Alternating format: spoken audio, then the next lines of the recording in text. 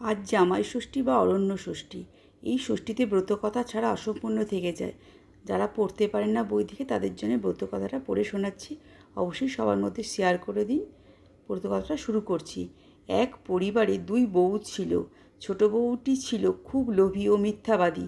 সে ভালো মন্দ কিছু লুকিয়ে খেয়ে বাড়ির পোষা কালো বিড়ালটির নামে দোষ দিত। এবার বিড়ালটি একথা মা ষষ্ঠীকে জানালো।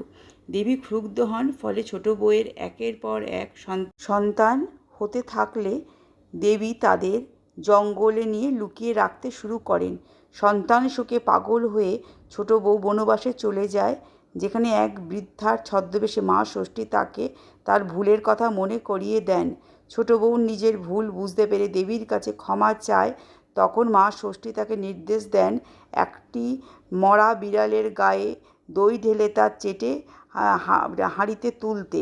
ছোট বউ নিষ্ঠার সাথে তা করলে দেবী তার সমস্ত সন্তানকে ফিরিয়ে দেন। পরে সন্তানেরা বড় হলে তাদের বিয়ে দেওয়া হয়।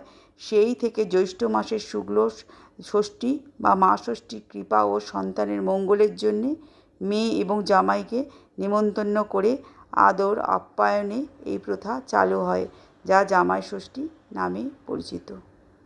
জয় মা ষষ্ঠী মাতা।